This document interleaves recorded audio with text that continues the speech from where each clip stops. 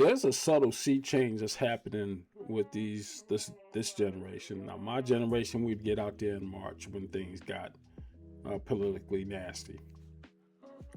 I think this generation is learning from our mistakes because all that marching and protesting still has us, fighting for freedoms that we didn't know we needed.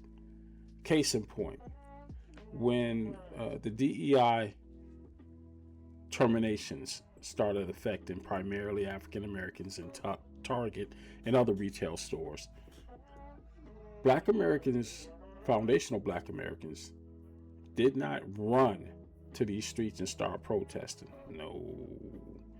They started doing economic boycotts. And it didn't just stop with Target. There were staged and staggered boycotts of certain companies that decided that, Black inclusion was bad for their bottom line. So what did African Americans do? They stopped showing up. It continued. We see the case with Rick Chow and Cyrus Carmack Belton. After that acquittal, African Americans again got ticked off of the outcome and decided, at least publicly on social media, we're not going to go patronize those businesses anymore. Rightly or wrongly, again, boycott is a tool. We're not choosing to get out in these streets and chant and march and get our exercise on. We are collectively deciding to stop putting that money in your pockets until we start getting a little bit different treatment. And we see it a lot now among the super wealthy. There was a story about LeBron James' wife, Savannah James, being turned away from a high-end retail store, only to get that individual fired who turned her away because they didn't realize who she was. People are starting now, recently, start boycotting those brands. They don't want your business. We hear those kind of stories all the time. Doesn't stop there. It's also coming to our attention in the foundational Black American communities. And I'm going to keep referring to that until that word rolls off the tongue, because we are delineating ourselves not to be associated with xenophobia. One of the things that sets us apart from, say, the conversation that was happening about South Africa, where South Africans were kicking out foreigners. No, we're not doing that. We're taking ourselves out of your shops, out of your places of congregation, out of your disputes. We're not lending our bodies to the problems that your community is facing because your bodies weren't lent to ours.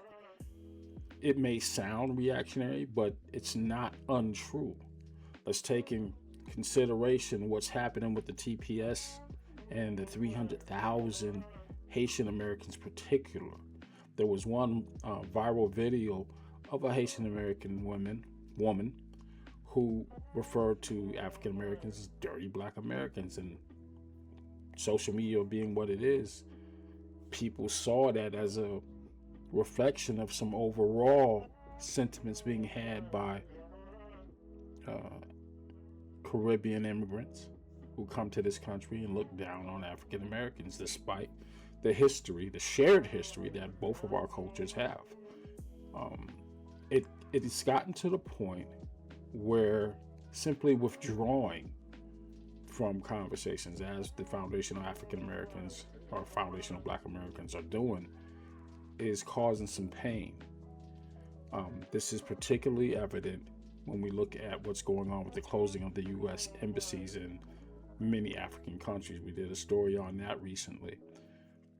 Along with the xenophobia allegations that South Africa was faced with, countries like Malawi, people who wanted to maybe migrate to the United States, get some training or whatever, you'd have to go to one of two U.S. embassies to get your passports and your visas and get ready to travel at your own expense. The U.S. closed some of those embassies, like half of them. And many of those countries are now having to get visas to get to the next country, for instance, Kenya or South Africa, in order to get a visa in the United States and incur all the costs that's going to be associated with doing that. You're paying fees and travel expenses from one part of Africa to go clear across, the planet to another part of Africa, and only to be hit at the door paying the fees to enter into that country just so you have the chance to come to America. And it's not happening because of what's happening in America. And African Americans, foundational Black Americans, are not here for it. We got our own issues, and that's where this is stemming from. It's not so much a selfishness thing. It is about putting our interests before yours. And that's the name of this game, because when you get here, your interests are coming before ours. It just is what it is. I think that's human nature. It's not anything racial or ethnic or nationalistic.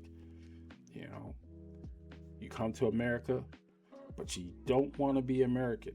You want to be insert your own country American. And for a long time we understand that African Americans don't know what we wanted to call ourselves. Other people called us Negro or colored or Black. We started calling ourselves African Americans. Now it's a new way of thought, and we're starting to see that it's easier and more effective to withdraw than to engage when it comes to these political differences. Pull your money out. I don't care what the situation is. We had a recent situation with a restaurant called Toast here in Atlanta. The owner, a Black-owned restaurant, decided to invite a Republican frontrunner who said he wanted to run Georgia for the seat, the governor's seat.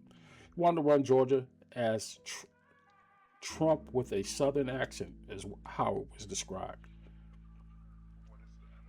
The Black community in this country, and this city, didn't like that. Didn't like the optics, didn't like the sound. As a restaurant that they were supporting, they pulled their support. We not playing.